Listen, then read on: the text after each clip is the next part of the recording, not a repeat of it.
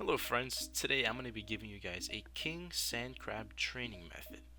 So on the screen now, I'm going to be showing you guys the inventory setup and the gear setup. So for your inventory, you're going to want to bring a house teleport, a Xerix talisman, 6 super combat potions, and the rest you're going to want to fill up with food. For your gear setup, you're just going to want to maximize your crush defense bonus and still try and get a good strength bonus at the same time. So you can use my gear setup if you'd like, or you can change it around to suit your needs. Mine has a good bit of both, so that's why I like to use that. Here is a map of the Catacombs of Current. Just follow the red path to the 2 red circles, and that's where you're going to find the king sand crabs. There are a couple of different ways to get to the Catacombs of Current. One of the ways is to use the teleport to Current teleport from the normal spellbook, but you have to get it searching for this book in the Arceus House library, so if you haven't got that done, you can't do that. Another way to do it is to use the Xerix talisman and to go to the Xerix heart. This will teleport you right next to the catacombs, so that's the best way to do it. And the second best would probably be the Xerix lookout. This is the option for people that don't have 100% favor in all the Zaya houses, but if you do, you can just use the Xerix heart. If you can use the Xerix heart teleport, then don't worry about this part, but if you have to use the Xerix lookout teleport, you're going to teleport right here, and then you're going to run north up on this path, and then east once you get to these little mining symbols, and then you're going to get right to where this says Great Current. Once you get here, you're just going to have to investigate the statue. Again, this is in the middle of this Great Current right here. And once you investigate the statue, you're going to go downstairs into the Catacombs of Current, and then you're just going to want to follow the map that I showed earlier in the video to the king sand crabs.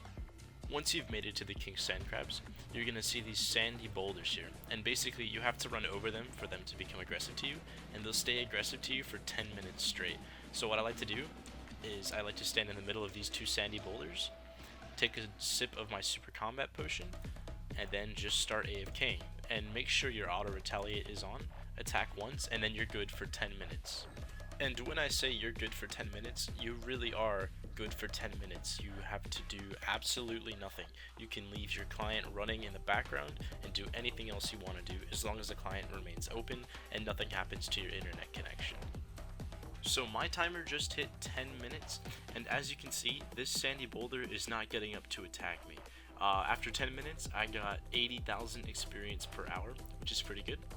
And once this happens, you're just going to want to eat up back to full health, take a sip of your super combat potion again, and then you're going to run over to the east side right here, and then you're going to stand between these 2 guys.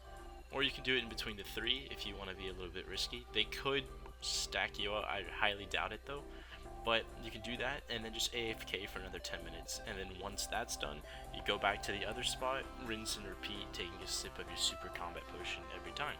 If you've got a Ceradoman Godsword, be sure to bring that as well. Just get rid of the one of the food and bring that instead. That spec will heal you up so much, and you probably won't even need to bring any Monkfish since you can use it a good bit in 10 minutes.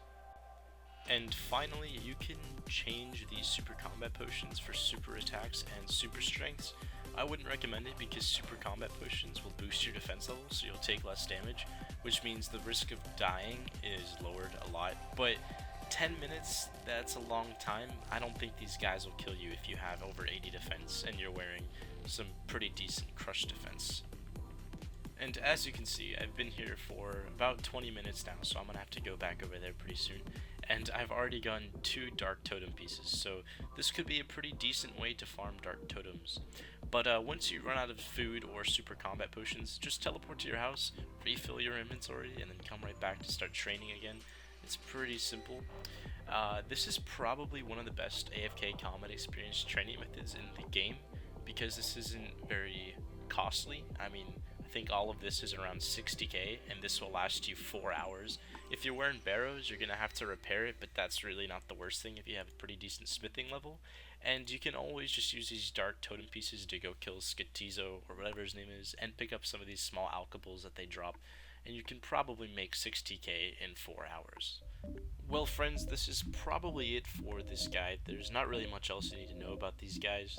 Really good experience, very cheap, very AFK, I love them. Anyway, take it easy guys.